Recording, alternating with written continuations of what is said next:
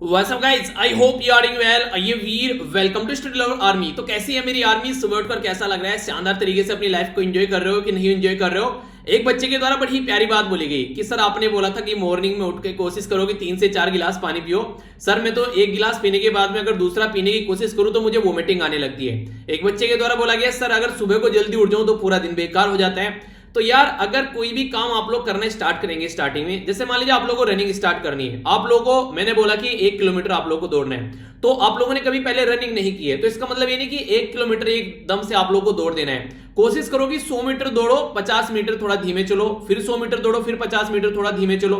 ठीक है, तो इस तरीके से आप लोग जो 1 किलोमीटर का जो वो रास्ता है वो कोशिश करो कि कम से कम 15-20 दिन लो, अगर आप लोगों ने आज तक रनिंग प्रॉपर वे में नहीं की है।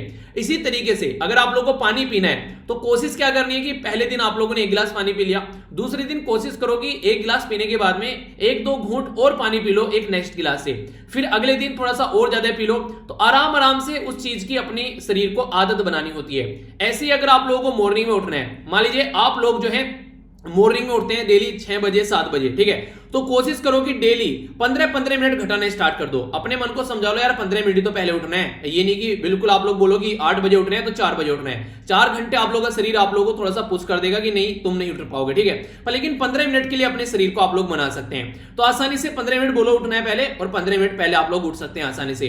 तो ये तरीका होता है अपने शरीर को ढालने का। पर लेकिन कुछ लोग ऐसे भी होते हैं जो कि इस चीज को थोड़ा सा लगता है उनको कोई नहीं यार अगर वो 8 बजे उठना है तो नहीं 4 बजे उठना है। एक आप लोगों का डेडिकेशन भी होता है, पहले दिन से ही बोल दिया 4 बजे उठना है, दिन में थोड़ा सा लगेगा हल्का हल्का स्लीपी, पर लेकिन फिर भी वो नहीं सोए, शाम को क्या होगा थोड़ी पहले नींद आ जाएगी तो आप लोग जल्दी सो जाओगे, अगले दिन से पैटर्न आप लोगों को आसान लगने लगेगा।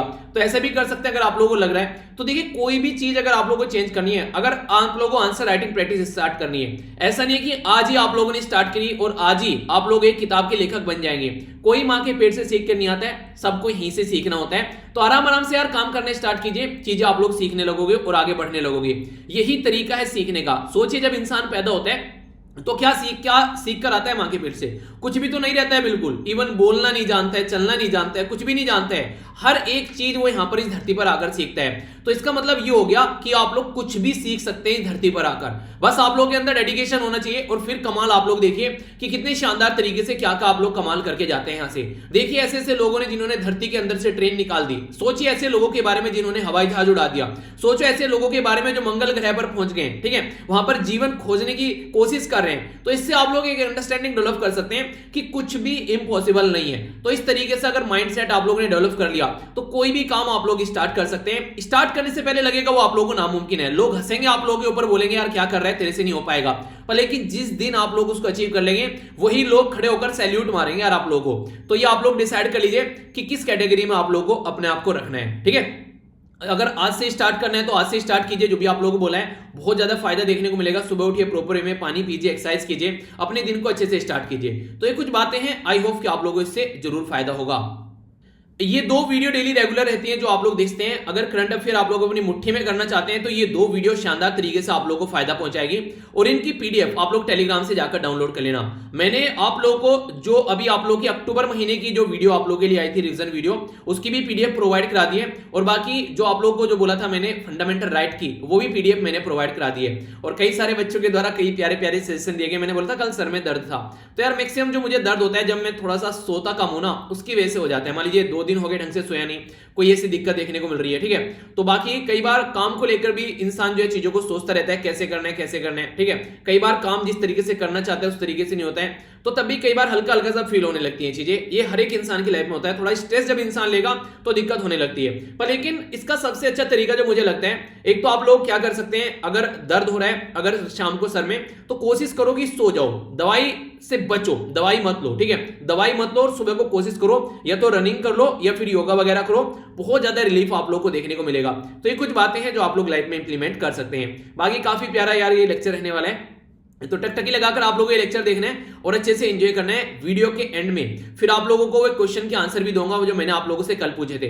2 क्वेश्चन बेसिकली मैंने आप लोगों से पूछे थे। पहला तो पूछा था यहाँ पर ये कौन सा प्रोग्राम है, बेसिकली हमारी कंट्री मिनिस्ट्री ऑफ टूरिज्म, ठीक है, तो जो पर्यटन मंत्रालय है इसके द्वारा ये बूंदी आर्किटेक्चर जो हमारी कंट्री में हेरिटेज ऑफ फॉरगॉटन राजपूत के बारे में बात की जा रही है, तो ये राजस्थान के जो बूंदी एरिया है उससे रिलेटेड है। तो कौन सा प्रोग्राम है, इसका आंसर आप लोगों को देना था। और G20 के अंदर कौन सी कंट्री आती है, ये तो यूपीएससी प्रीलिम्स से पूछा गया।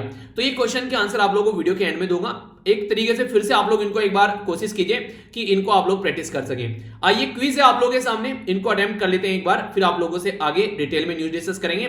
ब्लैक सी रिसेंटली अभी काफी न्यूज में रशिया की हरकतों की वजह से, रशिया की हरकतें क्या बोलूं, बेसिकली व्लादिमीर पुतिन की हरकतों की वजह से बोल सकते हैं आप लोग। यहां पर आप लोग को ये बोलना है कि यहां पर जो ब्लैक सी के साथ में, जो ब्लैक सी को बोला जा रहा है एक मार्जिनल सी है, यानी कि एक मेन सी है उससे कटकर एक मार्जिनल सी हो गया। ये बेसिकली यूरोप और एशिया के बीच में कनेक्शन नजर आएगा। तो कौन सा सी है यहां पर, ये कौन सा ओशन से ये कट कर आया, ये बताना आप लोगों को। नेक्स्ट बात की जा रही है रोपेक्स जेटी प्रोजेक्ट के बारे में। ये अभी रिसेंटली उड़ीसा में देखने को मिल रहे हैं। ये कौन सी रिवर के ऊपर बनाया जा रहा है, अगर उड़ीसा से आप लोग बिलोंग करते हैं ना तो स्टेट के अंदर आप लोगों से क्वेश्चन पूछ लिया जाएगा। और कई बार कई सारे प्रोजेक्ट आप लोगों से पूछ ले जाते हैं डायरेक्ट भी, तो इसके बारे में भी याद रखिएगा।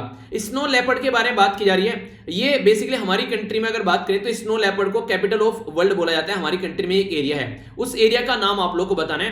काफी इंपॉर्टेंट एरिया है, काफी लंबे समय से न्यूज में भी रहा है, तो इसके बारे में आप लोगों को पता होना चाहिए। और एक इंटरेस्टिंग पिक्चर मैं आप लोगों को दिखाऊंगा, पिक्चर दिखाऊंगा क्या, लाओ दिखाई देता हूं। ये पिक्चर आप लोग देखिए, और इसमें आप लोगों को बेसिकली अगर ये लाइन न बनाई जाए, हालांकि लाइन बना रखी है, ध्यान से अगर आप लोग देखें तो क्या आप लोग पहचान पाएंगे यहाँ पर लेपर्ड कहां पर है।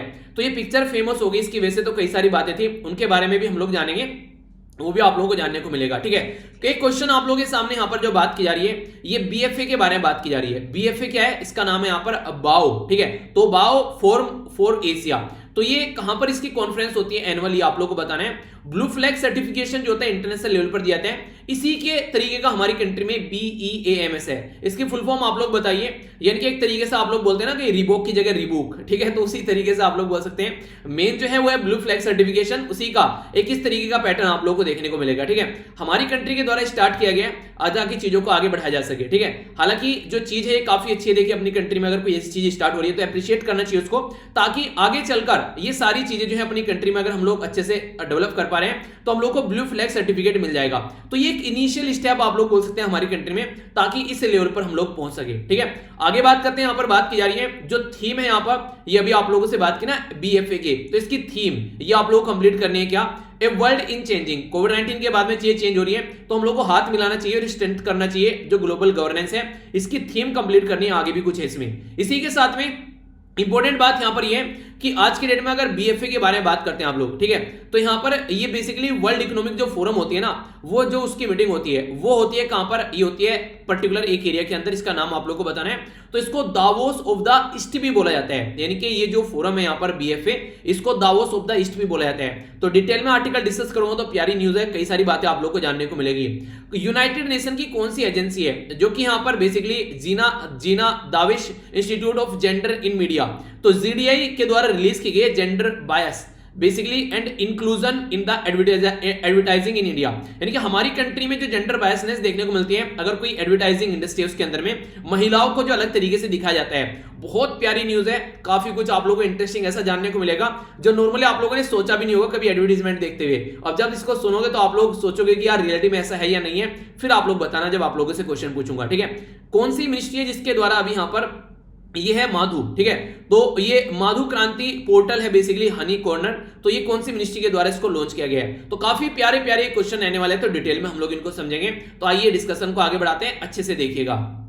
आइए सबसे पहले यहां पर नजर डालते हैं कुछ इंपोर्टेंट शॉर्ट न्यूज के ऊपर। जो पहली इंपोर्टेंट जो न्यूज यहां पर निकल कर आ रही है, ये बात की जा रही है जेंडर संवाद के बारे में। जेंडर की जब भी आप लोग बात करें कोई, तो सीधा सीधा समझिएगा कि बेसिकली जो वुमेन के खिलाफ जो डिफरेंशिएट सोसाइटी में देखने को मिलता है, तो उसके बारे में बात की जा रही है। और सस्टेनेबल डेवलपमेंट गोल पर अगर आप लोग जाएंगे तो सस्टेनेबल डेवलपमेंट गोल 5वां यहां पर ये जेंडर इक्वलिटी के बारे में बात करता है, तो इसी के बारे में यहां पर हम लोग बात कर रहे हैं। तो क्या क्या बात की जा रही है, ये बात की जा रही है कि DAYNRLM, ये क्या है, इसको बोलते हैं दीनदयाल अंत्योदय योजना, ठीक है। और NRLM क्या है यहां पर, ये बेसिकली ये नेशनल रूरल लाइवलीहुड मिशन, तो इसके बारे में बात की जा रही है। तो इनके द्वारा ये ज्वाइंट जो बेसिकली यहां पर एक इनिशिएटिव है, जिसके चलते जो एडवांसमेंट ऑफ द वुमेन और गर्ल के बारे में बात करते हैं इन द इकोनॉमी, यानी कि एक तरीका इनिशिएटिव है for what work to advancement, यानी कि महिलाओं को एडवांसमेंट करने के लिए जो महिला है या फिर कोई लड़की है, तो एक तरीके से एक कॉमन प्लेटफॉर्म बनाया गया ताकि अपना एक्सपीरियंस वो शेयर करें। देखिए नॉर्मली आप लोगों ने देखा होगा कि हमारी सोसाइटी में अगर लड़के के बारे में बात करें तो दुनिया भर के लीडर सामने निकल कर आ जाएंगे, पर लड़कियों के लिए आप लोगों को नॉर्मली इतने लीडर सामने नहीं देखने को मिलेंगे, क्योंकि हमारी सोसाइटी एक पैट्रियार्कल यानी कि पुरुष प्रधान सोसाइटी है, तो वुमेन को इतना ज्यादा सपोर्ट देखने को नहीं मिलता है। तो ये जो सिस्टम है यहाँ पर अभी मिनिस्ट्री ऑफ रूरल डेवलपमेंट के द्वारा ऑर्गेनाइज कराया गया है यहाँ पर, ये जो कि एक अच्छा मिशन आप लोग बोल सकते हैं। सोसाइटी में जो जेंडर डेवलपमेंट है उसके बारे में बात करेगा, बेसिकली सुधारने की कोशिश करेगा।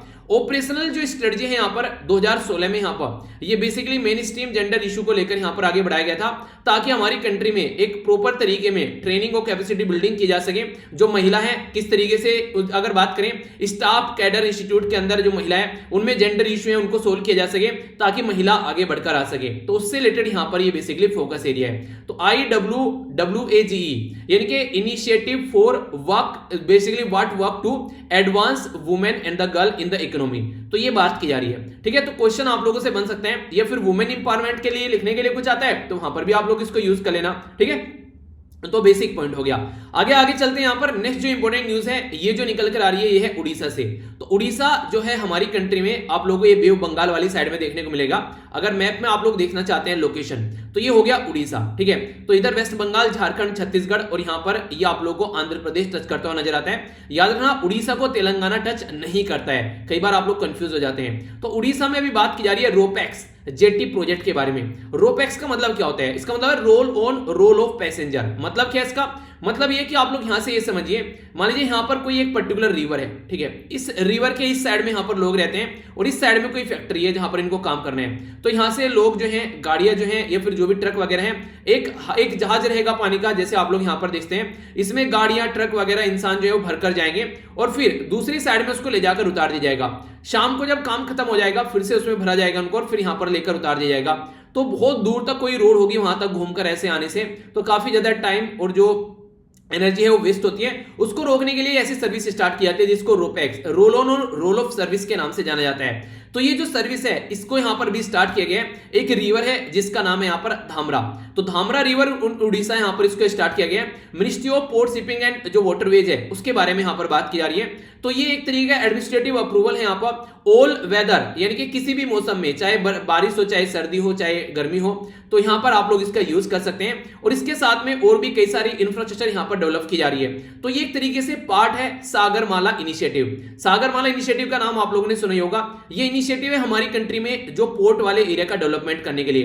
टोटल मिलाकर 9 राज्य ऐसे हैं हमारी कंट्री में जो कोस्टल एरिया के साथ में आप लोगों को देखने को मिलेंगे। और यहां पर लगभग 7,500 के करीब एक कोस्टल बाउंड्री आप लोगों को देखने को मिलती है। तो 9 राज्य कौन से हैं उनका नाम लिख दीजिए एक बार कमेंट बॉक्स में, आप लोगों का भी रिवीजन हो जाएगा। वैसे कई बार बता चुका हूं, जैसे कि गुजरात हो गया, ठीक है, यहां पर आप लोगों को मुंबई देखने को मिलेगा, सॉरी महाराष्ट्र देखने को मिलेगा, फिर आगे आएंगे तो गोवा देखने को मिलेगा, कर्नाटका, केरला। तो इस तरीके से यहां पर टोटल 9 राज्य हैं, तो उनके नाम आप लोग लिखिए, ठीक है। तो इनके ऊपर हम लोग बेसिकली जो पोर्ट लेवल डेवलपमेंट की बात करते हैं, तो ये जो प्रोजेक्ट है ये ट्रेवल टाइम यहां पर रिड्यूस कर देगा। नॉर्मली 6 घंटे लगते थे अगर जाया जाए एक रोड के तरीके से, पर लेकिन अब यहां पर 1 घंटा लगेगा अगर वाटरवेज से जाएंगे।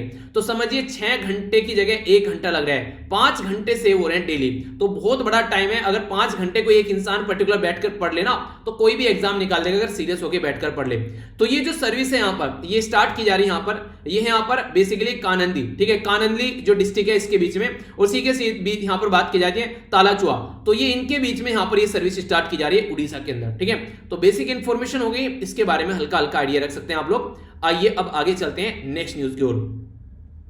नेक्स्ट यहां पर बात की जा रही है, अभी रिसेंटली एक जो ड्रग है, जो दवाई है, उसका एक्सपेरिमेंट किया गया जिसका नाम है MK4482।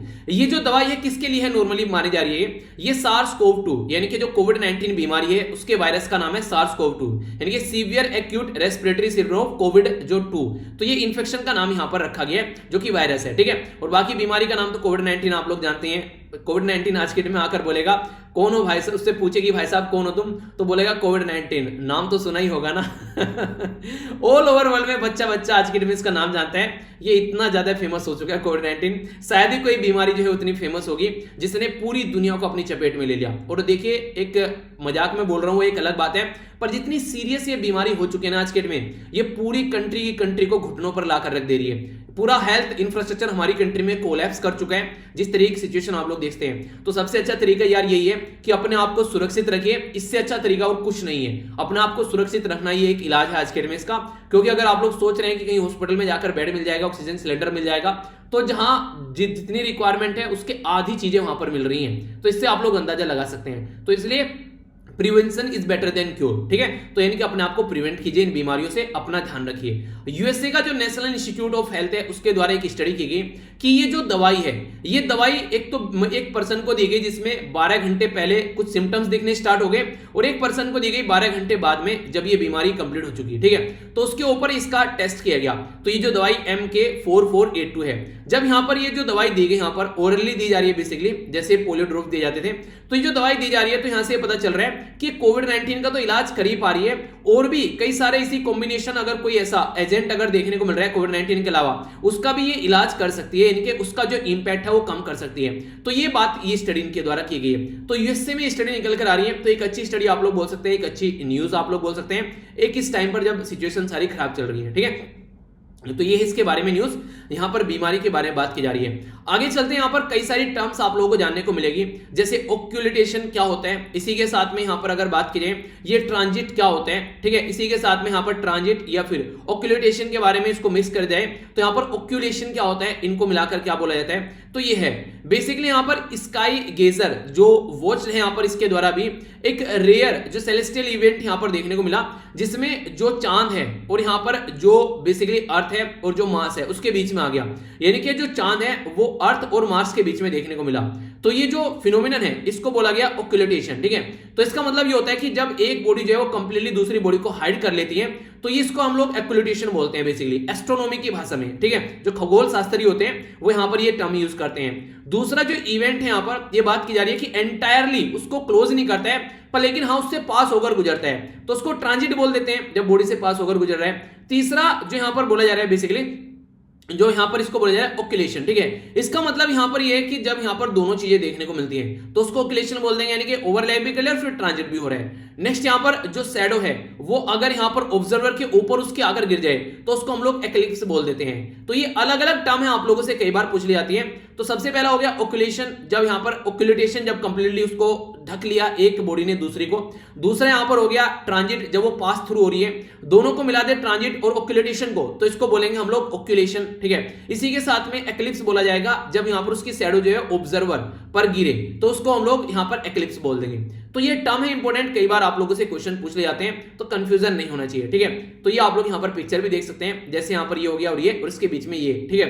तो इस तरीके से कई सारे फेज देखने को मिलते हैं, तो इसके बारे में आइडिया बेसिकली दिया जा रहा है। आई होप कि माइंड में क्लैरिटी होगी। अगर देखिए कोई भी आप लोगों के माइंड में डाउट होता है ना, उसको पूछा करो, ठीक है।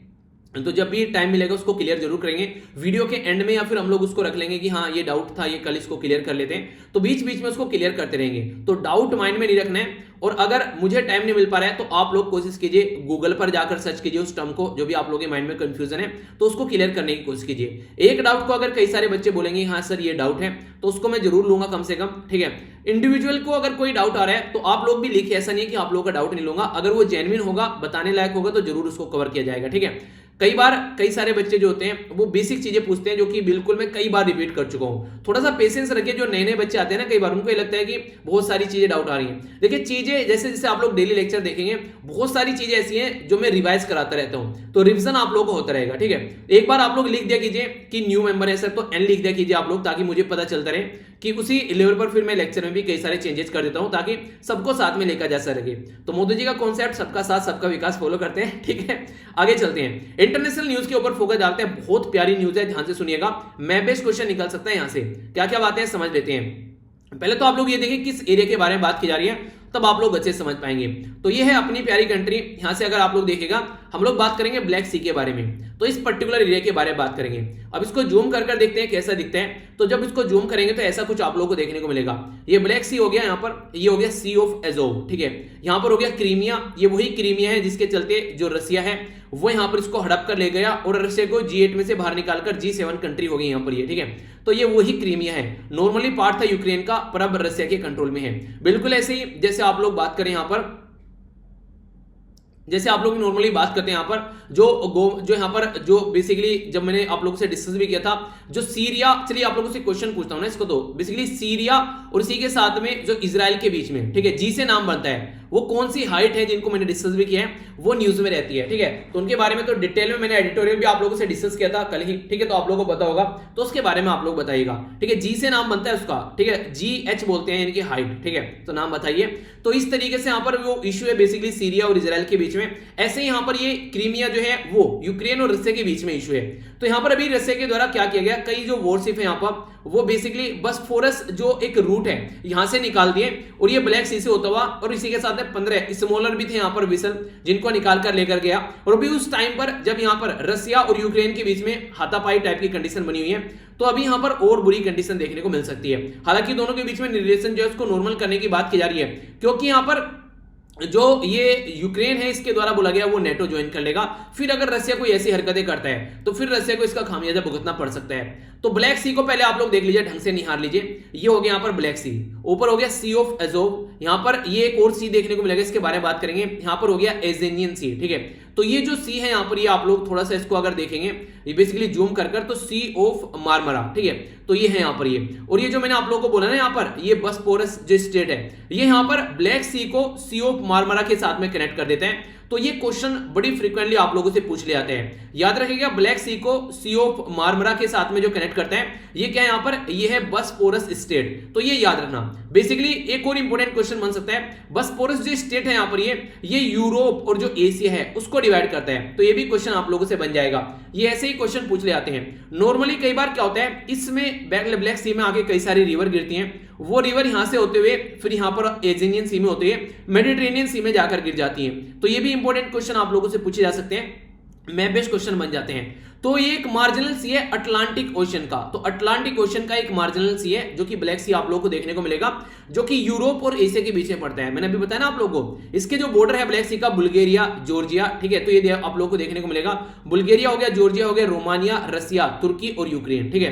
तो ये आप लोगों के सामने है यहाँ पर, जैसे बुल्गारिया हो गया, रोमानिया हो गया, यूक्रेन आप लोग यहां पर देखते हैं, ठीक है, रसिया हो गया, इधर तुर्की हो गया, इधर जॉर्जिया हो गया, ठीक है। तो ये पर्टिकुलर एरिया है जो इसके साथ में टच करते हैं ब्लैक सी के साथ में। ये सप्लाई करते हैं कई सारी मेजर रिवर हैं, पर लेकिन तीन इंपॉर्टेंट है यहाँ पर। एक का नाम है यहाँ पर दुआनबे, दूसरा यहाँ पर ये है दैनिपा और तीसरा यहाँ पर डोन। तो D3 रिवर यहाँ पर मेन है जो इसमें पानी लेकर आती है, ये इसके अंदर जाते हैं जो ब्लैक सी आप लोग बोलते हैं। इसी के साथ में जो ब्लैक सी है वो अल्टीमेटली ड्रेन होता है मेडिटेरेनियन सी में, क्योंकि ब्लैक सी का जो पानी है वो यहाँ पर होता हुआ बेसिकली जो मार्मरा सी से होता हुआ एजिनियन सी से होते हुए तो मेडिटेरेनियन सी में जाकर मिल जाते हैं। तो इसलिए यहाँ पर ये बात बोली गई है। जो बॉस्फोरस जो स्टेट है जो मैंने अभी आप लोगों को बताया, ये सी ऑफ मार्मरा को एजेनियन सी के साथ में कनेक्ट करता है, ठीक है। और इसको जो बेसिकली एजेनियन सी के साथ में जो कनेक्ट करते हैं इसको बोलते हैं यहाँ पर डार्डेनिल्स, ठीक है। तो ये देखिए यहाँ पर सी ऑफ मार्मरा, तो यहाँ पर एजेनियन सी में गया तो डार्डेनिल्स जो स्टेट है यहाँ से देखने को मिलेगा, ठीक है। तो ये याद रखिएगा, यहाँ पर ये भी इंपॉर्टेंट क्वेश्चन बन जाते हैं। ब्लैक सी को जो कनेक्ट करते हैं यहाँ पर सी ऑफ एजोव के साथ में, ब्लैक सी को सी ऑफ एजोव के साथ में, यहाँ पर आप लोग देखिएगा अभी यहाँ पर ये हो गया ब्लैक सी और ये हो गया सी ऑफ एजोव, तो इनकी बात की जा रही है। तो ब्लैक सी को सी ऑफ एजोव के साथ में कनेक्ट करता है तो इसको बोलते हैं क्रेच स्टेट। तो ये काफी ज्यादा न्यूज में रहता है, बहुत ज्यादा इंपॉर्टेंट है, याद रखिएगा। इसको क्रेच स्टेट बोलते हैं क्योंकि ये उस टाइम पर भी यहाँ पर दोनों के बीच में झड़प देखने को मिल रही थी। रसिया कई बार यहाँ पर रोक लगा देता है क्रेच स्टेट पर, ठीक है। तो उसकी वजह से मान लीजिए यूक्रेन का कोई सामान यहाँ से अगर यहाँ पर आना है, ठीक है, तो ये समझिए अगर यूक्रेन का यहाँ से आ जाना है तो दिक्कत देखने को मिल जाएगी। आप लोग इसको थोड़ा सा और अगर समझना चाहते हैं, आप लोग ये सोचिए अगर यहाँ से जाने पर रोक लगा दी जाए, श्रीलंका के द्वारा कोई ऐसी हरकतें देखने को मिले और कोई तमिलनाडु में यहाँ से और यहाँ पर जाना चाह रहा है तो वो यहाँ से नहीं जाएगा, फिर यहाँ से होकर आएगा, ऐसे आप लोग अंडरस्टैंड कर सकते हैं। तो काफी बड़ी दिक्कत देखने को मिल जाती है। तो ये वो पॉइंट है जो डायरेक्ट क्वेश्चन पूछे जा चुके हैं और आगे भी पूछे जाएंगे क्योंकि ये न्यूज में है।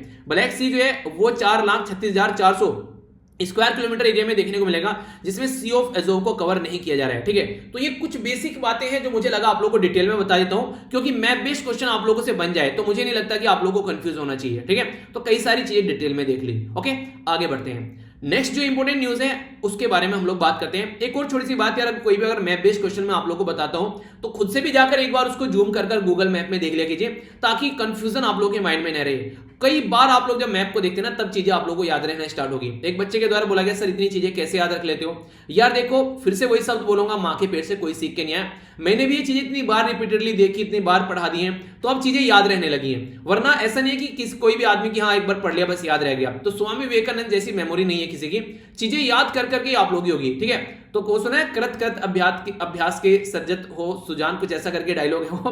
तो वही बातें हैं, बेसिकली अभ्यास करते रहिए, सारी चीजें आप लोगों को याद होने लगेगी, और रिवीजन करते रहिए। ठीक है, तो ये काफी इंपॉर्टेंट है। आगे बात करते हैं AIM एम प्राइम के बारे में बात की जा रही है। ठीक है, तो प्राइम टाइम क्या है यहां पर समझ लेते हैं इसको। बेसिकली एम का तो मतलब हो गया अटल इनोवेशन मिशन, जिसके बारे में कई बार हम लोगों ने सुना भी है। इनोवेशन के बारे में बात करती है, और अटल बिहारी वाजपेयी जी के नाम पर इसका नाम रखा गया। और नीति आयोग के साथ मिलकर यहां पर लॉन्च किया गया prime, programme for researcher on innovation, market readiness and entrepreneurship. यानी कि एक तरीके से इनोवेशन के बारे में बात करें, मार्केट के बारे में बात करें, और एंटरप्रेन्योर के बारे में बात करें। अगर रिसर्च और डेवलपमेंट करके कोई काम हम लोग कर लेते हैं, मान लीजिए रिसर्च और डेवलपमेंट करके कोई दवाई बना ली, फिर उसको मार्केट में लेकर आएंगे, उसको तैयार कर, और फिर उसको एक तरीके से बिजनेस के तरीके से प्रस्तुत किया जाएगा।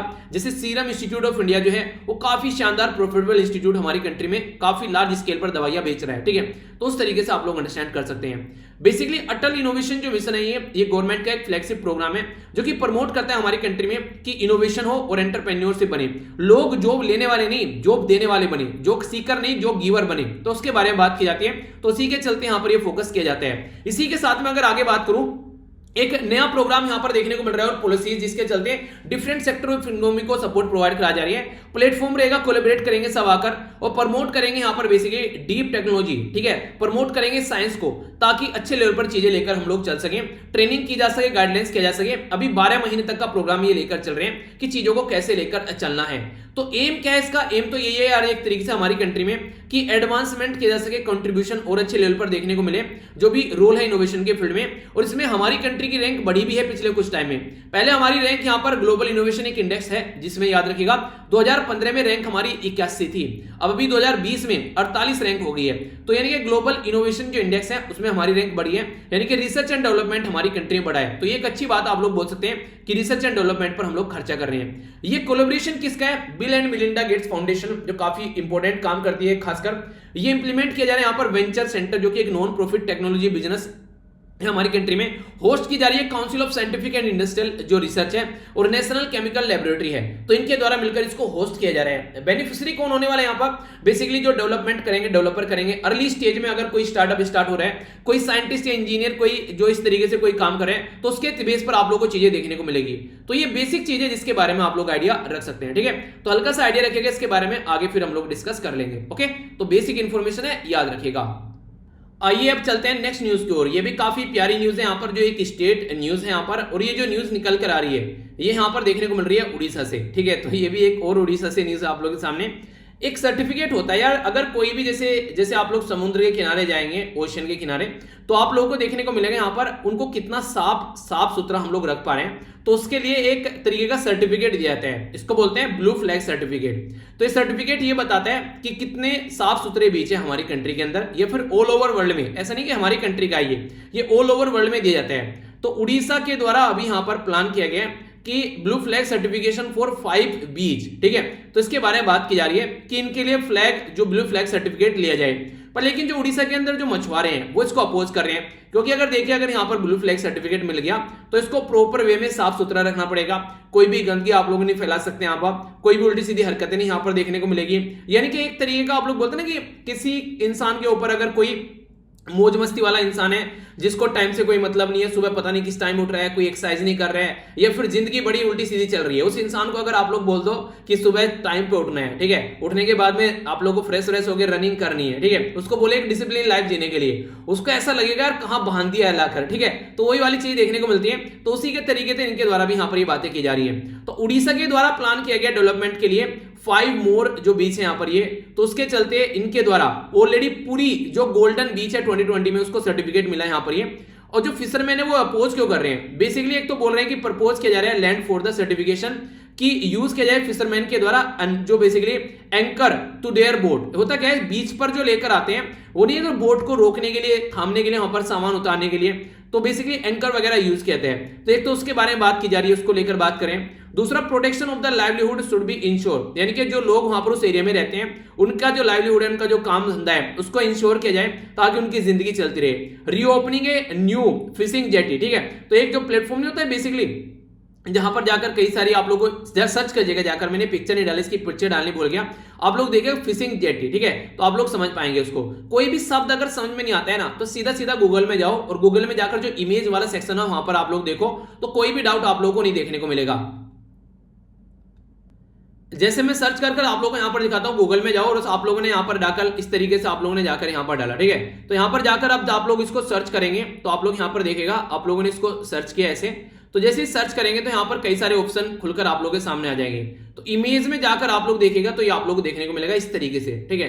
तो इमेज में जाकर आप लोग देख लेंगे, कोई भी डाउट आप लोग के माइंड में रहता है तो तुरंत आप लोग का जो माइंड का जो डाउट है वो क्लियर हो जाएगा, ठीक है। तो इसके बारे में इस तरीके से जो सिचुएशन है उसके बारे में बात की जा रही है, तो इनको डेवलप किया जाए, ठीक है। तो ये समझ गए, कोई डाउट अब आप लोगों के माइंड में नहीं होना चाहिए। तो ये बेसिक इंफॉर्मेशन है। आगे चलते हैं, जो ब्लू फ्लैग जो सर्टिफिकेशन है अगर उसके बारे में आप लोग बात करते हैं यहाँ पर ये, ठीक है। तो ब्लू फ्लैग सर्टिफिकेशन जो है यहाँ पर ये ब्लू फ्लैग जो बीच है यहाँ पर कंसीडर किया जाता है कि क्लीनेस्ट जो बीच है वर्ल्ड का। तो 33 क्राइटेरिया यहाँ पर रखे गए हैं, ऐसा नहीं है कि आसानी से मिल जाता है यार, ये 30 नहीं 33 पूरे क्राइटेरिया यहाँ पर ये फॉलो करने पड़ते हैं कि इसमें कई सारे जो क्राइटेरिया है, जैसे कि आप लोग बात करें यहाँ पर कि पानी की एक प्रॉपर एक क्वालिटी होनी चाहिए, ठीक है। वाटर जो डिस्पोजल फैसिलिटी वहां पर होनी चाहिए, अगर कोई डिसेबल पर्सन जाता है तो उसके फ्रेंडली वहां पर माहौल होना चाहिए। फर्स्ट एड किट होनी चाहिए अगर कोई दिक्कत किसी को हो जाती है, ठीक है। कोई ऐसा नहीं कि वहां पर अपने जानवर लेकर घूम रहा है, कुत्ते या फिर कोई ऐसा जानवर जा रहा है पोटी वगैरह वहां पर कर रहे हैं, तो वो सारी चीजें नहीं होनी चाहिए, गंदगी फैला रहे हैं, तो उनसे दूर इसको रखना है, ठीक है। तो ऐसे ऐसे टोटल मिलाकर 33 क्राइटेरिया आप लोगों को देखने को मिलेंगे, कुछ बताए हैं मैंने आप लोगों को यहाँ पर जब ब्लू फ्लैग सर्टिफिकेशन दिया जाता है। हालांकि इसमें कई सारी चीजें वॉलंटरी देखने को मिलेगी कि ये काम आप लोग करने हैं, और कई सारी कंपलसरी देखने को मिलेगी कि होने ही चाहिए। वॉलंटरी का मतलब होता है अपनी इच्छा से, और कंपलसरी का मतलब है कि करने ही करने हैं, ओके। इंपॉर्टेंट क्वेश्चन आप लोगों से पूछा जा सकता है कि जो ब्लू फ्लैग सर्टिफिकेट जो प्रोग्राम होता है किसके द्वारा ऑर्गेनाइज कराया जाता है, तो यहां पर है FEE फी, यानी कि फाउंडेशन फॉर इन्वायरमेंटल एजुकेशन। तो ये बेसिकली एक ऑर्गेनाइजेशन है जो यहां पर इस सर्टिफिकेट को प्रोवाइड कराती है। जो ये फाउंडेशन फॉर इन्वायरमेंटल एजुकेशन है ये स्टेब्लिश की गई थी 1985 में। तो इंपॉर्टेंट जो न्यूज आप लोगों से जो पूछी जा सकती है, ये तो आप लोगों से क्वेश्चन बन ही सकता है। इसके साथ में पैरेलल में एक और प्यारी सी न्यूज है यहाँ पर, ये ब्लू फ्लैग सर्टिफिकेट जैसा ही एक इंडिया में भी इसी के पैटर्न पर एक बेसिकली अपना खुद का लेबल लॉन्च किया गया जिसको BEAMS बोला गया। इसका मतलब क्या है? इसका मतलब है कि beach environment and aesthetic management service, यानी कि जो बीच वाला एरिया होता है उसमें जो इन्वायरमेंट है और एस्थेटिक यानी कि जो सुंदरता रखनी है वहां पर, तो उसके लिए एक मैनेजमेंट सर्विस यहाँ पर होनी है। ये किसके द्वारा लॉन्च किया गया? तो society of integrated coastal management और union ministry of environment forest climate change के द्वारा मिलकर इसको लॉन्च किया गया है। तो ब्लू फ्लैग सर्टिफिकेशन एक बार को पूछे ना पूछे पर ये आप लोगों से जरूर पूछा जा सकता है, क्योंकि इंडिया यानी कि हमारी कंट्री का इनिशिएटिव है। तो इस तरीके से आप लोगों के माइंड में कोई कंफ्यूजन नहीं होना चाहिए, ठीक है। आगे चलते हैं, नेक्स्ट जो न्यूज है ये इकोनॉमी के बारे में बात कर रहे हैं। इंपॉर्टेंट न्यूज है क्योंकि एक एनालिसिस एक डेटा का आप लोगों के सामने रखेगा।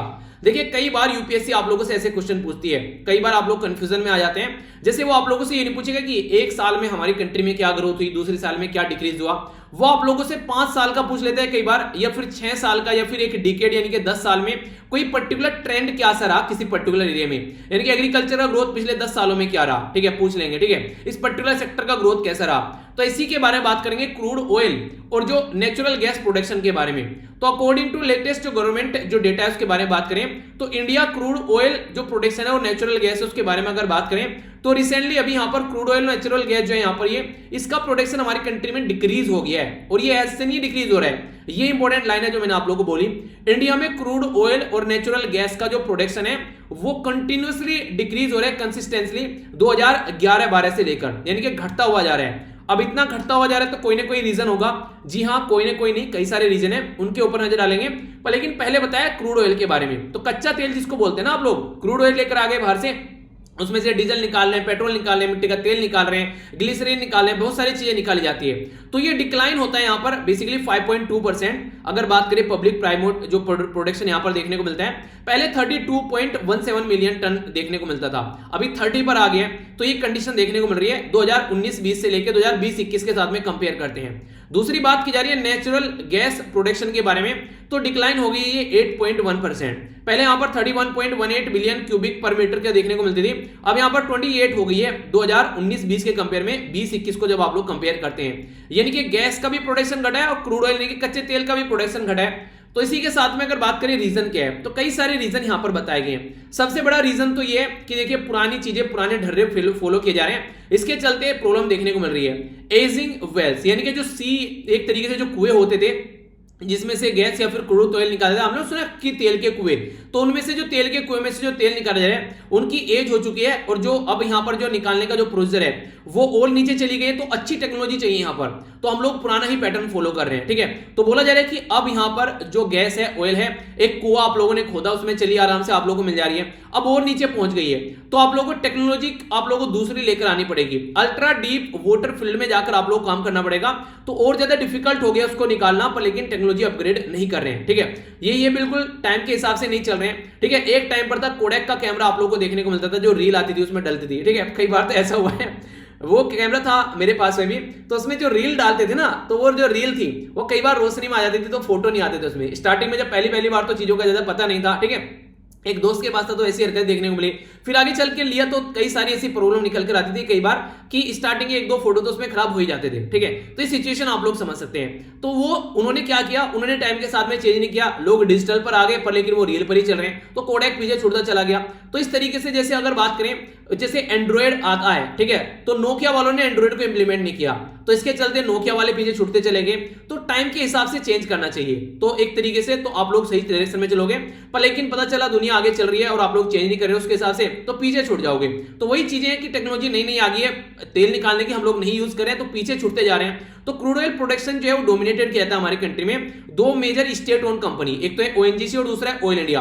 प्राइवेट सेक्टर को ज्यादा एक तरीके से काम ही नहीं देते हैं, तो उसकी वजह से भी दिक्कत देखने को मिलती है, उसमें इन्वेस्टमेंट नहीं हो रहा है, गवर्नमेंट पैटर्न फॉलो करके चली रही है जो चल रहा है। ठीक है, इंडिया का जो एफर्ट है यहाँ पर फॉरेन जो एनर्जी जायंट है, ठीक है, हाइड्रोकार्बन एक्सप्लोरेशन में, ठीक है, वो भी एक फ्रूटफुल नहीं है, क्योंकि उनको भी ढंग से फैसिलिटी प्रोवाइड नहीं कराई जाती है। इसी के साथ में प्रेशर देखने को मिलता है क्लाइमेट चेंज का, जिसकी वजह से और ज्यादा जो क्लीन एनर्जी के ऊपर फोकस किया जा रहा है, चलो सोलर एनर्जी के चलते हैं, विंड एनर्जी के ऊपर चलते हैं, तो इसलिए इन सब में ज्यादा खर्चा करने के बजाय सोचते हैं कि यार क्यों ना अपना एक नई चीजें लेकर चले, सोलर एनर्जी पर इतना खर्चा कर ले, विंड एनर्जी पर खर्चा कर ले, या हाइड्रोजन सीएनजी लेकर आ रहे हैं उस पर खर्चा कर ले, तो वो चीजें भी सही है अपनी जगह। ठीक है, यानी कि एक तरीके से एक साइड में हो गया कि यार इन पे फोकस करने हैं, जो आगे आने वाले टाइम में चीजें कमी होनी है तो कम होती जा रही है, तो कोशिश कर रहे हैं कि यार दूसरी जो अच्छी टेक्नोलॉजी है उस पर फोकस दे लेते हैं। ठीक है, तो आगे चलकर कोशिश ये करो कि अगर गाड़ी है सही है, वरना डीजल पेट्रोल की गाड़ी अभी खरीदने की कोशिश मत करो, जल्दी ही आने वाले 1-2 साल के अंदर बहुत बड़ा चेंज इस फील्ड में आप लोगों को देखने को मिलेगा। तो यही कुछ बातें हैं जो आप लोगों को पता होनी चाहिए। ठीक है, आगे चलते हैं, रीजनल ग्रुप के बारे में यहां पर बात की जा रही है, और इंपॉर्टेंट है यहां पर ये, जिसके बारे में आप लोग आइडिया रख सकते हैं। ठीक है, समझते हैं क्या क्या बातें हैं। यहां पर बात की जा रही है बीएफए के बारे में, इसको बोलते हैं यहां पर बेसिकली आप लोगों से क्वेश्चन भी पूछा जा सकता है, बुआओ। ठीक है, बुआओ फोरम फॉर एशिया, तो ये बुआओ फोरम फॉर एशिया है कहां पर और किससे रिलेटेड है यहां पर ये, तो ये एनुअल कॉन्फ्रेंस देखने को मिलती है। तो अब की बार भी एनुअल कॉन्फ्रेंस हुई, कहां पर देखने को मिलती है, तो बुआओ साउथ चाइना जो हिनियान प्रोविंस है उसमें आप लोगों को देखने को मिलेगी। तो साउथ चाइना का जो हिनियान प्रोविंस है उसमें ये हर साल आप लोगों को देखने को मिलती है।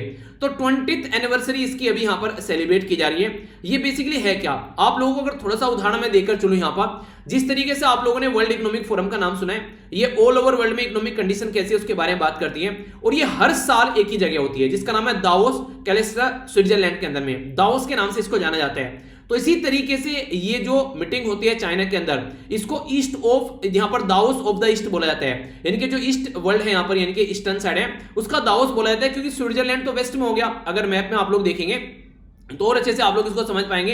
जैसे स्विट्जरलैंड हो गया, ठीक है, तो स्विट्जरलैंड आप लोगों को देखने को मिलेगा यूरोप के अंदर में, और यहां पर ही हो रहा है चाइना के अंदर में। तो अपनी कंट्री के साथ में अगर आप लोग कंपेयर कीजिए तो ये हो गया ईस्ट और ये हो गया वेस्ट, तो इसलिए इसको ईस्ट का दावोस आप लोग बोल सकते हैं, या फिर यूरोप से आप लोग आएंगे तो ये आप लोग को ईस्ट में देखने को मिलेगा। तो इस तरीके से ईस्ट का दावोस भी इसको कई बार बोला जाता है, तो इस तरीके से भी आप लोग इसको याद रख सकते हैं, कंफ्यूजन नहीं होना चाहिए। तो क्वेश्चन डायरेक्ट पूछ ले कि ईस्ट का दावोस किसको बोला जाता है, तो ये जो बेसिकली कॉन्फ्रेंस है ये है यहाँ पर बाओ, ठीक है, तो यहाँ पर बोआओ जो कॉन्फ्रेंस है उसको बोला जाता है। इसमें अभी 2500 के करीब लोगों के द्वारा पार्टिसिपेट किया गया और 60 के करीब कंट्री के द्वारा पार्टिसिपेट किया गया।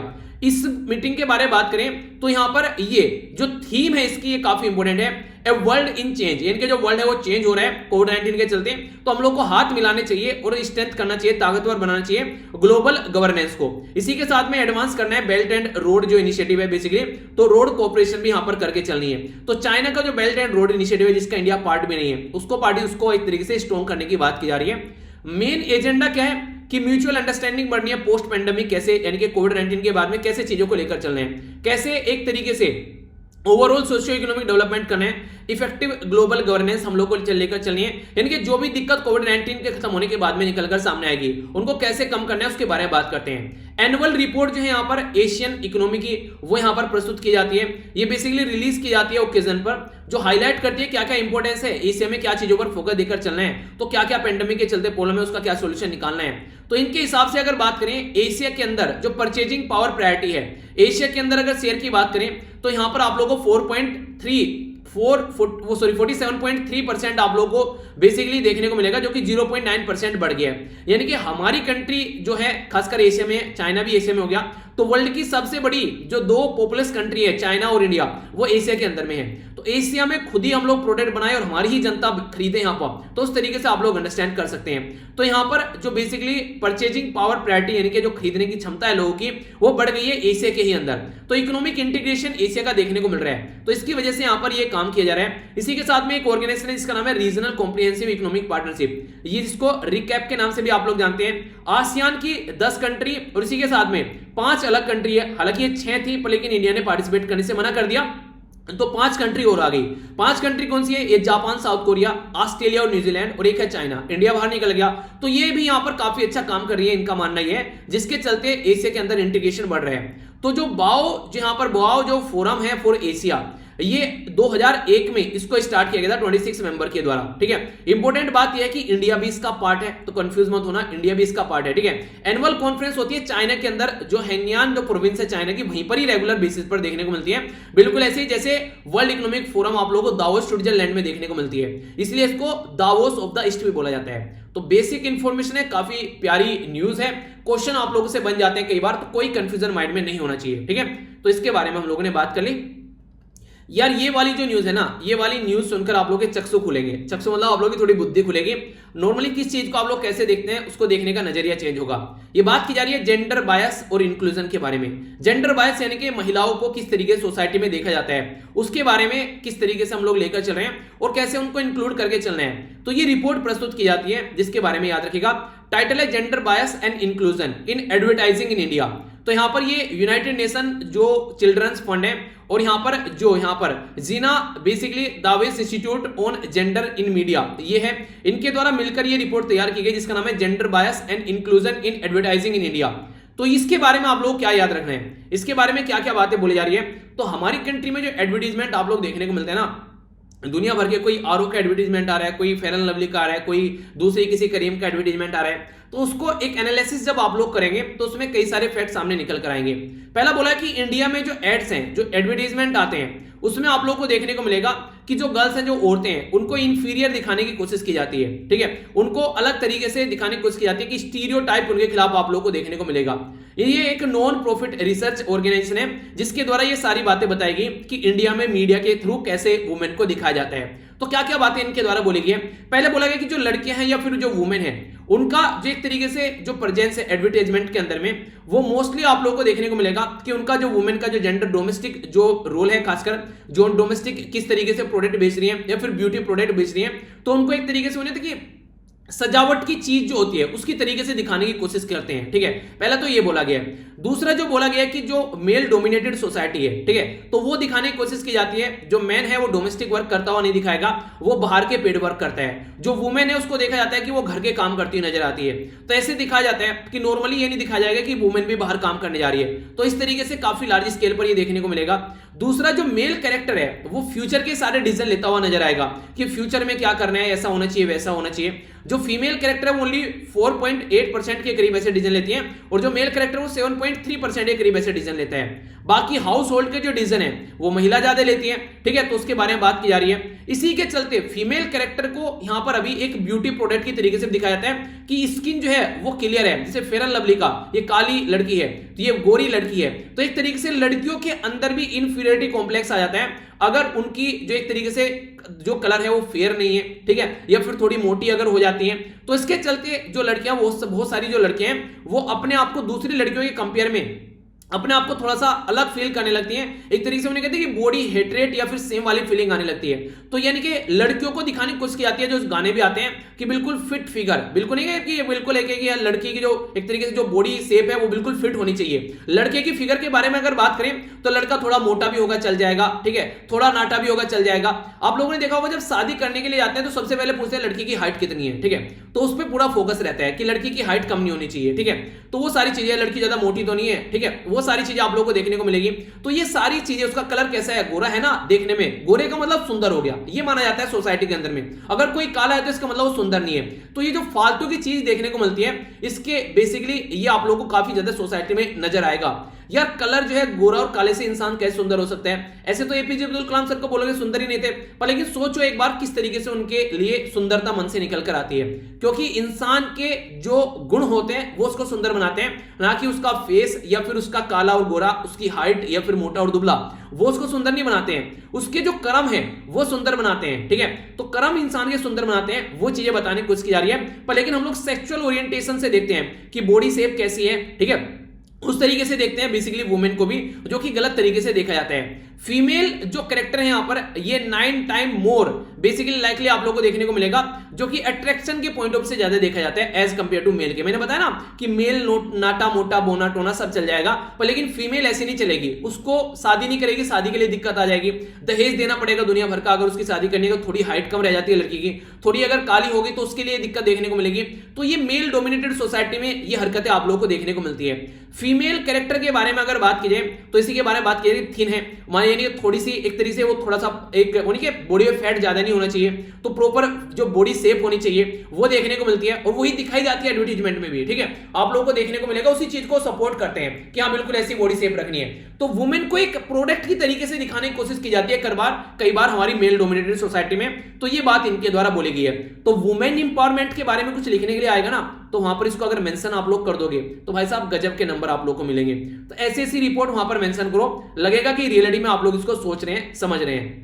नॉर्मली वुमेन को दिखाने कैसे कोशिश की जाती है, या तो यहां पर एक तरीके से बोला जा रहा है कि जो सबवर्जेंट जो बेसिकली वाइफ होती है, यानी कि एक तरीके से जो सब सर्वेंट वाइफ, यानी कि एक तरीके से जो हस्बैंड को नहीं कहते कि पतिवर्ता पत्नी, ठीक है, तो वो दिखाने की कोशिश की जाती है। पर लेकिन सोसाइटी में ऐसा नहीं दिखाया जाएगा कि पत्नी वर्ता पति भी है, तो दूसरी वाली फोकस कोई नहीं करेगा, पत्नी वर्ता पति नहीं देखेगा, पति वर्ता पत्नी सब देखेंगे, ठीक है। तो ये सारी सिचुएशन थोड़ी सी गलत है, जिसको फोकस देखना है। बाकी द पुशी आंट, यानी कि जो कुछ कठोर टाइप की जो औरतें होती हैं, ठीक है, उस तरीके की इमेज दिखाने की कोशिश की जाती है, खासकर महिलाओं की। ये सारी चीजें गलत है, दिखाने का तरीका गलत है, तो ये इसको चेंज करना चाहिए, ये बात यहां पर बोली जा रही है। पर्सनली यार काफी इंपॉर्टेंट लगी मुझे ये न्यूज, ये रियलिटी में सोसाइटी में आप लोग को देखने को मिलेगा। आप लोगों का क्या राय है इसके बारे में, यस या फिर नो, आप लोग जरूर बताइएगा। एग्रीकल्चर के बारे में बात करते हैं, ये भी एक प्यारी न्यूज है किसानों का फायदा पहुंचाने के लिए। Union minister for agriculture and farmer welfare के द्वारा लॉन्च किया गया, ये बेसिकली मधु क्रांति पोर्टल एंड हनी कॉर्नर। तो मधु क्रांति पोर्टल और हनी कॉर्नर के बारे में बात की जा रही है। तो मधु क्रांति पोर्टल जो है ये इनिशिएटिव है नेशनल बी बोर्ड का, जो कि ministry of agriculture and farmer welfare के अंडर में आता है, और इसी के साथ में नेशनल बी कीपिंग और हनी मिशन के तहत काम किया जा रहा है। ऑनलाइन रजिस्ट्रेशन या फिर ट्रेस किया जा सकता है प्रोडक्ट कहां पर जा रहा है, किस तरीके से, तो ताकि क्वालिटी को भी मेंटेन किया जा सके और एडल्ट्रेशन यानी कि जो मिलावट उसके अंदर होती है उसको भी खत्म किया जा सके, ये इसका बेसिक पर्पज देखने को मिलता है। अरे हाँ यार, कई सारे बच्चे रेगुलर एक बात बोल रहे हैं कि सर नैनो की जो पीडीएफ है वो हिंदी में भी बना दो। तो यार इसके लिए ना इसके लिए अलग से कोई बंदा रखना पड़ेगा। अगर कोई जानता है कि नैनो हिंदी में कैसे बनाई जाती है तो आप लोग इसको, अगर जैसे मैं प्रोवाइड करा देता हूं नैनो को, ठीक है, मॉर्निंग में ही, तो अगर कोई ऐसा है जो इसको इंग्लिश से हिंदी में कन्वर्ट कर सकता है तो मुझे बताइए, इसको कन्वर्ट करके आप लोग सेंड कर सकते हैं, या फिर बताइए कैसे करते हैं, तो वो आप लोग मुझे बता सकते हैं। तो studyloverveer@gmail.com पर आप लोग मुझे सेंड कर सकते हैं कि क्या क्या प्रोसीजर है कि पूरी पीडीएफ जो है वो हिंदी में कन्वर्ट हो जाए।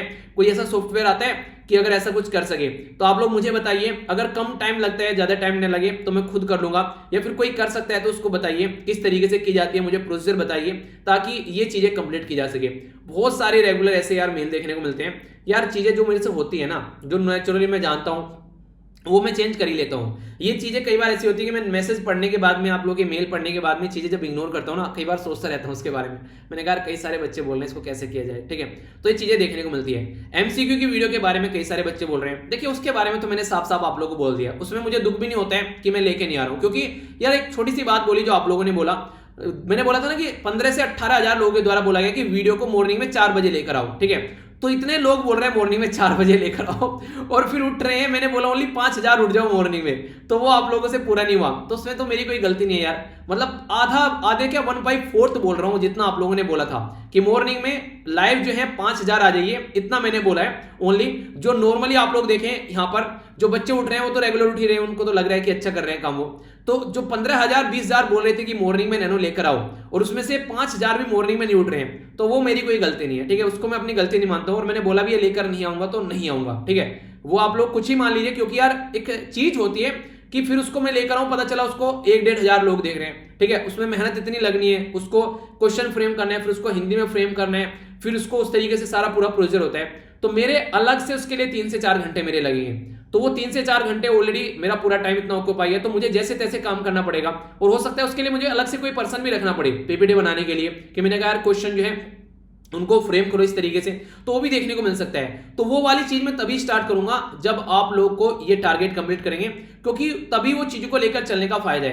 क्योंकि वो कहते हैं ना कि इंसान को एक तरीके से बिल्कुल स्पून फीडिंग करने का भी मतलब नहीं है, इतना तो कम से कम करेगी, थोड़ा सा जद्दोजहद करे इंसान की उस चीज के लिए कि पानी प्यासे को ही पिलाना चाहिए, जो उसका पेट भरा है उसको पिलाने का कोई मतलब नहीं है। तो इतने दिनों पहले बोला था, अब तक वो चीजें पूरी नहीं हो पाई है, तो कोई मतलब यार उस चीज का फिर बनता नहीं है, ठीक है। तो इसलिए उसको तो मैं वैसे ही इग्नोर कर देता हूं, मुझे कोई दुख भी नहीं होता है। पर हाँ, जो जेन्युइन चीजें हैं उसके बारे में मुझे जरूर दुख होता है, जैसे मैंने अभी हिंदी वाली बताई, जो मेरे हाथ में नहीं है, पर लेकिन इसको कोशिश करेंगे, ठीक है। देखते हैं कब तक हो पाती है, बाकी आप लोग सजेशन दीजिएगा। ये यहाँ पर studyloverveer@gmail.com पर, ठीक है। आगे बात करते हैं, इससे किसानों की इनकम डबल होगी, डबल नहीं सॉरी मतलब बढ़ेगी, इसी के साथ में एक्सपोर्ट बढ़ेगा, इसी के साथ में इंप्लॉयमेंट जनरेशन बढ़ेगा। नेक्स्ट जो यहां पर बात करें database, all the stakeholder को आप लोग यहां पर बढ़ता हुआ नजर आएगा। तो ये कई सारी चीजें देखने को मिलेगी।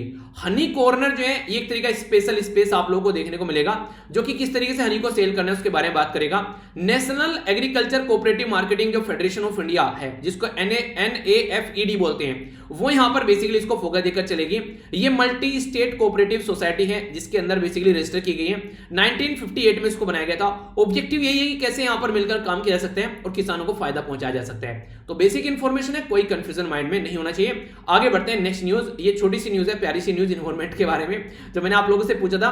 तो एक देखिए, कोई एक फोटोग्राफर भाई साहब थे, उनके द्वारा ये फोटो खींची गई, ये वायरल हो गई। और वायरल भी किस दिन हुई, यहाँ पर ये बेसिकली एक day before the earth day जो सेलिब्रेट किया था उसके एक दिन पहले ये वायरल हो गई इंटरनेट पर। तो उसी के बारे में बात की जा रही है। लेपर्ड जो है यहाँ पर ये बेसिकली एक एक्ट करता है जैसे कि इंडिकेटर हो। जिस एरिया में लेपर्ड है मान लीजिए, वहां पर वो बताएगा उसका माहौल कैसा है एरिया का। क्योंकि फूड वेब के अंदर भी अगर आप लोग जाओगे तो आप लोग को टॉप पर देखने को मिलेगा। वो नहीं है कि मान लीजिए जैसे घास फूस खाई हिरन ने, हिरन को खा लिया इसने, फिर घास फूस खाए खरगोश ने या फिर हिरन ने, फिर आगे चलकर उसको चीता खा ले। तो एनसीईआरटी में भी आप लोगों ने फूड वेब के बारे में पढ़ा होगा। तो टॉप पर होता है ये, अगर इसके अंदर कोई चेंज है तो फिर दिक्कत देखने को मिलेगी। साइंटिफिक नेम जो है यहाँ पर, ये इसके यहाँ पर पैंथेरा पिंसिया, ठीक है। तो साइंटिफिक नेम है। इसी के साथ में जो माउंटेन रीजन है यहाँ पर सेंट्रल और सदर्न एशिया में आप लोगों को देखने को मिलेगा। ज्योग्राफिकल जो रेंज है इसकी, ये वेस्टर्न हिमालय यानी कि जम्मू कश्मीर और इसी के साथ में हिमाचल प्रदेश से लेकर उत्तराखंड और सिक्किम वाले अरुणाचल प्रदेश वाले एरिया तक फैला हुआ आप लोगों को नजर आएगा। आगे अगर बात करते हैं स्नो लेपर्ड जो है यहाँ पर, ये snow leopard capital of the world किसको बोला जाता है, ये क्वेश्चन आप लोगों से पूछ लिया जाएगा। फिर बोले क्वेश्चन कहां से आ गया, तो भाई साहब यहां से आ गया। अगर आप लोग इसको ध्यान से अगर पढ़ लेते तो क्वेश्चन अटेम्प्ट कर पाएंगे आप लोग। तो ये है यहाँ पर हेमिस लद्दाख के अंदर, तो इसको snow leopard of the world बोला जाता है। Biggest national park in India, जो बेसिकली एक प्रेजेंस देखने को मिलेगी स्नो लेपर्ड की, हेमिस नेशनल पार्क है यहाँ पर ये। तो ये भी इंपॉर्टेंट क्वेश्चन बन सकता है, कहां पर है, लद्दाख के अंदर में। स्नो लेपर्ड जो है यहाँ पर ये बेसिकली लिस्ट किया गया vulnerable IUCN international union of conservation की जो लिस्ट है उसमें इसको वनरेबल की कैटेगरी में, ठीक है। तो यहाँ पर जो स्पीसीज है उसके चलते हमारी अगर बात करें यहाँ पर ये साइट्स भी बोला जाता है, यानी कि convention of international trade endangered species, इसमें अपेंडिक्स 1 में इसको रखा गया है। और अगर बात करें यहाँ पर मेकिंग ट्रेडिंग ऑफ एनिमल, जो बेसिकली एनिमल जो बॉडी है उनकी फर बोन वगैरह मीट वगैरह उनकी खाई जाती है, तो इसको इलीगल की कैटेगरी में डालते हैं। इस एनिमल को उसको आप लोग यूज नहीं कर सकते, अगर कोई करता पाएगा तो सजा मिलती है। शेड्यूल फर्स्ट जो होता है वो काफी इंपॉर्टेंट है, जिसमें Indian wild life protection act 1972 के हिसाब से देखते हैं। उसी के साथ में बेसिकली बात की जा रही है कन्वेंशन ऑन माइग्रेटरी स्पीसीज जो है उसके बारे में बात करें तो यहां पर भी आप लोगों को देखने को मिलेगा। सेवरल नेशनल लॉ बनते हैं इसके लिए, बेसिकली हमारी कंट्री में कैसे इसको प्रोटेक्ट करना है, तो कई सारे ऐसे तरीके हैं, तो इसके बारे में बात की जा रही है। तो ये था प्यारा सा लेक्चर, आई होप कि आप लोगों ने एंजॉय किया होगा। जल्दी से एक रिव्यू कर लेते हैं, उसके बाद में आप लोगों का क्विज होगा, अटेम्प्ट जरूर करना। क्विज अटेम्प्ट करके जाते हो तो अच्छा लगता है, ठीक है। 4 तो हम लोगों ने शॉर्ट न्यूज देखी यहाँ पर, जो कि बेसिकली काफी इंपोर्टेंट थी। डिटेल में सागरमाला प्रोजेक्ट के बारे में कुछ बातें जाने, और ये न्यूज हम लोगों ने देखी, दवाई और कई सारी इंपोर्टेंट पॉइंट जाने। इंटरनेशनल न्यूज में हम लोगों ने ब्लैक सी के बारे में, बहुत इंपॉर्टेंट है यार ये, इसको तो ध्यान से पढ़ लेते हैं 1-2 बार हो, ठीक है। नेशनल न्यूज के बारे में बात करें तो हम लोगों ने यहाँ पर एम और प्राइम क्या है उसके बारे में समझा, क्या क्या चीजें सारी समझी। स्टेट के बारे में ब्लैक जो बेसिकली ब्लू फ्लैग सर्टिफिकेशन के बारे में जाना, और हमारी कंट्री का बीम्स ये क्या है इसके बारे में समझा। इकोनॉमी के बारे में बात करें तो यहाँ पर crude oil natural gas production के बारे में जाना, क्यों घट रहा है वो 5 रीजन भी हम लोगों ने देखी। रीजनल ग्रुप के बारे में बात करें तो हम लोगों ने यहाँ पर FBFA यानी कि यहाँ बात की जा रही है यहाँ बात की जा रही है बोआओ फोरम के बारे में जाना, कहां पर होती है और किसको बोला जाता है यहाँ पर दावोस ऑफ द ईस्ट, वो भी समझा। रिपोर्ट सर्वे बात करें तो ये काफी इंपॉर्टेंट है, कुछ भी लिखने के लिए आता है वुमेन इंपावरमेंट के बारे में जरूर मेंशन करना इंपॉर्टेंट है, ठीक है।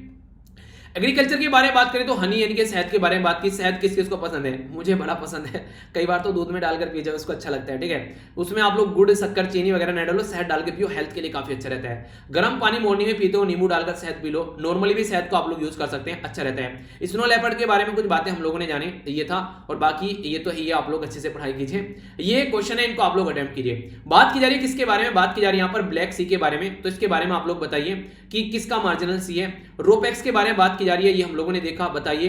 लेपर्ड जो है उसके बारे में बात की गई, यहाँ पर किसको बोला जाता है कैपिटल लेपर्ड यहाँ पर वर्ल्ड की।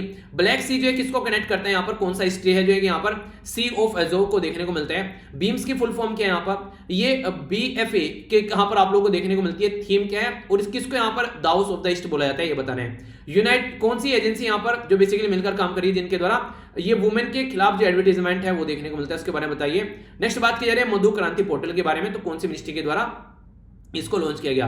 ये क्वेश्चन थे आप लोगों से मैंने पूछा था, तो यहां पर आप लोगों को देखने को मिलेगा देखो अपना देश, ये याद रखना, कंफ्यूजन किया जा सकता है देखो अपना देश, देश अपना, देखो अपना देश देखो, तो कई सारी बातें बोली जा सकती हैं। G20 कंट्री में जो कंट्री आती है उसका है पहला अर्जेंटीना, मेक्सिको, साउथ अफ्रीका और तुर्की आप लोग को देखने को मिलेगा। तो G20 बारे में एक मोटा मोटा आइडिया आप लोगों को होना चाहिए, तो क्वेश्चन कई बार आप लोगों से बन जाते हैं, ठीक है। तो एक आइडिया रखेगा, जैसे G20 कंट्री है तो देख सकते हैं G20 में कौन कौन आता है, तो रसिया हो गया, कनाडा हो गया, फ्रांस, जर्मनी, इटली, जापान, ये यूनाइटेड किंगडम और US, यानी कि G7 है। यहाँ पर G8 हो जाता है रसिया, जो कि अब खत्म हो चुके हैं। बाकी Argentina, Australia, Brazil, China, European union, India, Indonesia, Mexico, Saudi Arabia, south Africa, ये यहाँ पर साउथ कोरिया और तुर्की, तो ये कंट्री आप लोगों को देखने को मिलेगी।